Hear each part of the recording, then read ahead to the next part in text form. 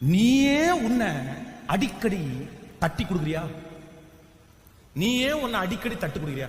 பரவாயில்லடா, அவளை விட நீ பரவாயில்லடா, இவளை விட நீ பரவாயில்லடா, அந்த பாஸ்டுடைய பையனை விட பரவாயில்ல, அந்த பாஸ்டுடைய பொண்ணை விட பரவாயில்ல. அதான் கொயர்ல நிக்கிறானே ஒருத்தன், அவனை விட நான் பரவாயில்ல. ஏதோ பெரிய யூத் மீட்டிங்ல பெரிய சாட்சி சொல்றான், அவனை விட நான் பரவாயில்ல. பாஸ்டுக்கு வளர்த்த கீபோர்டு வச்சுக்கிறேன், அவனை விட நான் பரவாயில்ல. மற்றவங்களை கம்பேர் பண்ணி பண்ணி பண்ணி பண்ணி ஒன்னையே தட்டி கொடுத்து பரவாயில்ல பரவாயில்ல, நீ எவ்வளவு மேலு, அவனை விட நீ எவ்வளவு மேலு அப்படின்னு பரிசுத்தத்துல பாவத்தை செய்யும் போது உன்னை தட்டி கொடுத்துட்டே இருக்கிறியா? இல்ல, கண்டிப்பா ஆண்டவருடைய பிள்ளை அப்படி தட்டி கொடுக்க முடியாது. உனக்கு பின்னணி உன்னை கெடுப்பதற்கு பிசாசு முயற்சி எடுக்கிறான். நீ தட்டி நீங்க ஒண்ணும் மனுஷனை பார்க்கறதுக்காக வரலையே, மனுஷனை பார்க்க கூடாது இல்ல.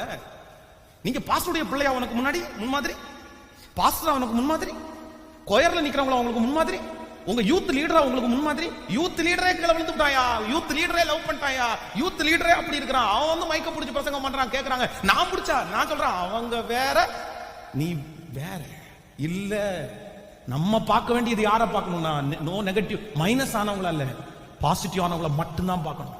பரிசுத்தம் உள்ளவன் சொல்லுங்க இன்னும் பரிசுத்தமாகட்டும், நீதி செய்கிறவன் இன்னும் நீதி செய்யட்டும். ஆண்டவர் சொல்றாரு போயிட்டே இரு, வளர்ந்துட்டே இரு, வளர்ந்துட்டே இருந்தா சொல்றாரே தவிர காம்ப்ரமைஸ் ஆயிக்கோன்னு சொல்லல.